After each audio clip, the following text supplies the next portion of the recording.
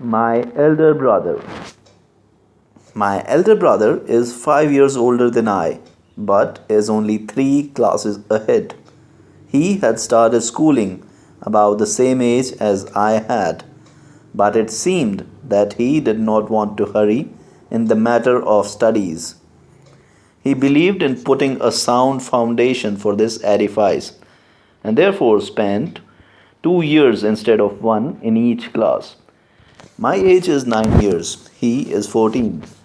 The fact that he came into the world earlier gives him almost the birthright to boss over me and to look after my welfare, and I am expected to consider his commands as law. My elder brother is a studious type. One seldom sees him without a book. The only time he rests his brain is perhaps when he is drawing pictures of sparrows, dogs, and cats on the margins of the books. Sometimes he writes meaningless sentences on them or repeats a name 10 times. I always wonder why he does that, but never can summon enough courage to ask him. After all, he is in the ninth class and I am only in the fifth. Even to try to fathom the meaning of what he writes would be considered impertinence on my part. I can never put my heart into my studies for long. To read continuously, even for an hour, is an ordeal for me. At the first opportunity, I try to get out into the playing fields, but the joy of the play is always marred by my brother. The moment I return, he asks, "Where have you been?" I never can answer back and say that I was playing out, and my silence is taken as a proof of my guilt. My brother starts his usual elder brotherly lecture. If you study English like this, my boy, you will take a whole lifetime to learn it. It is not as easy as you think. If it were easy to learn, everybody would have learned. It needs all your sweat and your toil. Look at me. Have you ever seen me going out? I devote all my time to my studies, and even then, it takes me 2 to 3 years to get through a class. You, with your habits, will never be able to pass. If you are so fond of playing, why don't you go home and play? Why waste father's hard earned money? Sometimes I start weeping at his rebuke. Sometimes I even wonder if he isn't right after all about my wasting father's hard earned money. Sometimes it leads to a resolve to mend my ways. A fresh timetable is drawn up and time is allocated to each subject according to its importance. But drawing up a timetable is quite different from working to it. Within a couple of days, the enthusiasm wears off and the old habit of playing takes hold of me again. The refreshing open air, the green fields, and the feeling of being alive and independent, which the fields always inspire in me, is irresistible. And this starts a fresh and cycle of my brother's advice and rebuke. The result is that I try to avoid even his shadow. Even my entry into the room we share is made as noiselessly as possible, so that I may not attract his attention. The examinations came around. My brother failed, but I passed. Not only did I pass, but was placed in the first division. Now there is a difference of only 2 classes between us. I nearly felt like going and telling him what I thought of him and his lectures, but he was so crestfallen that I felt ashamed of myself for even having thought of such a thing. The examination results were so encouraging that I started devoting more time to playing. One day, when I returned after spending practically the whole morning out, he called me and said, "I see that your success in the examination has turned your head, but let me warn you that pride destroys one. It has brought down even the mightiest of monarchs to their knees. Think of Ravan. Have you learnt any lessons from his life? You obviously have not. The mere passing of examination is not enough, my boy. One must learn lessons from history. Ravan was a powerful king, so powerful indeed that even the gods were afraid of him. Power turned his head and he started considering himself greater than even God Almighty. And look what his pride did to him. It brought him to a most ignominious end. The same fate has befallen many others who were proud like him. You have only had one success so far, and think no end of yourself. But mark my words, one success can be a chance occurrence, a mere fluke, just as a stray shot does not make a good marksman. Similarly, a stray success does not mean that you are so clever that you will pass whatever you study or not. Don't think that just because I have failed, I have no right to tell you all this. When you come to my class, you will know how difficult it is to get through the ninth class.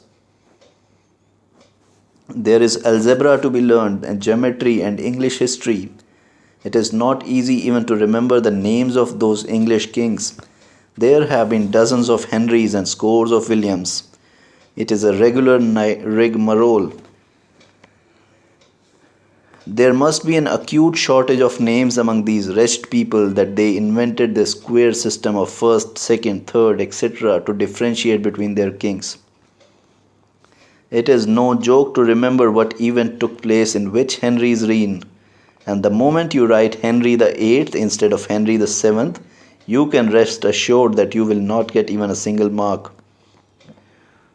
And geometry, oh, geometry is really a devil of a subject. If you write ACB instead of ABC, you have had it. I want to ask these examiners what the difference is after all. Or is the intention only to make us learn things by heart verbatim and thus make parrots out of us?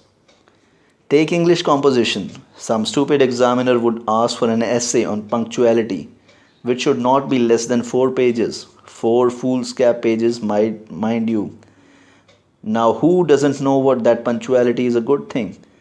But fancy asking for 4 pages on a subject which can be adequately covered in one sentence. And on top of that, they preach brevity. I cannot understand them. It is almost like saying run fast as well as slow. But they are the examiners and we have to do as they want us to do. Getting through the ninth class is a real hard nut to crack, I can assure you. Don't lose your head merely because you have done well this year. Even though I have failed, I know better. Take my advice and don't waste your time. Otherwise, you will repent. I listened to him patiently as a younger brother is supposed to, but these lectures were so often repeated that they had lost their charm to me. The school bell, thank God, came to my rescue and we dispersed. I said to myself, this is the result when I have passed. God only knows what would have happened if I had failed. One thing was, however, certain. The gruesome picture he painted of the ninth class really shook me. I wonder at times why I did not leave school and run away home. In spite of my brother's lectures, my way did not change. I worked only when it was absolutely necessary, just enough to keep me going in the class.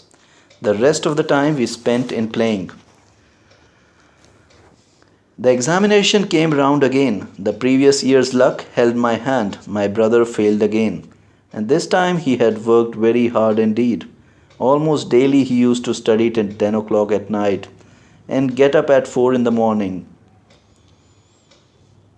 I felt very sorry for him. When the result was declared, he started crying. I also could not hold back my tears. Now there is a difference of only one class between us. At times, if I wonder if he would fail once again, then he and I would be in the same class. An unkind thought, I must admit. But then he will not be able to lecture to me any more. I spurn the thought immediately. Who knows that it may be his constant goading which makes me study and I pass. Since his last failure, my brother has softened considerably. Even when he gets an opportunity to rebuking me, he lets it go. His leniency has resulted in greater freedom for me, and I devote less time to studies now. A new sport has attracted my attention. I have started flying kites. Practically the whole day is spent either in their pursuit or in flying them. But I still fear my brother's outbursts. Kite flying is done stealthily and without his knowledge. One evening I was following a kite far away from the hostel when suddenly I saw him. Seeing me running like a mad dog after the kite, he caught hold of my hand and said angrily, "You ought to be ashamed of yourself, running like this with street urchins. Have you no regard at all for your self respect? There was a time when people become Naib Tehsildars after passing the 8th class. Many are still working as deputy collectors and superintendents. And don't say that since I am only one class ahead of you, I have no right to advise you anymore. I am 5 years older than you, and even if you were to come in the ninth class itself with me, I would still be 5 years older. Not even God can remove this difference between our ages. Even if you were to pass your BA, I would still be older than you. Listen, my boy, not even all the books of the word can teach one more than the experience teaches. Look at our mother. She has never been to school. Our father did not go beyond the 5th class. But can you and I ever hope to reach their wisdom? They may not know what type of government America has, or how many times Henry VIII married, or how many stars there are in the firmament. But there are others and more important things that they do know. Things one learned from experience alone. If you were to fail, if you were to fall ill today, you won't know what to do except to send a telegram to father.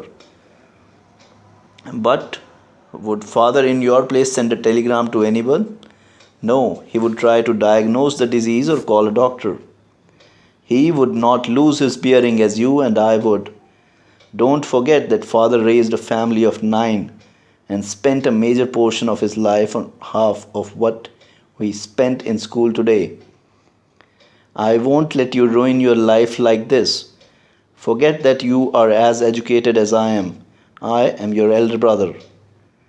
I felt ashamed of myself for having given him the impression that I did not care for him any longer and said with great humility, "You are right in what you say. I shall try my best to come up to your expectations." My brother clasped me tightly in his arms. Tears rolled down his cheeks. "I do not want to stop you from flying kites," he said. "I want to fly them myself.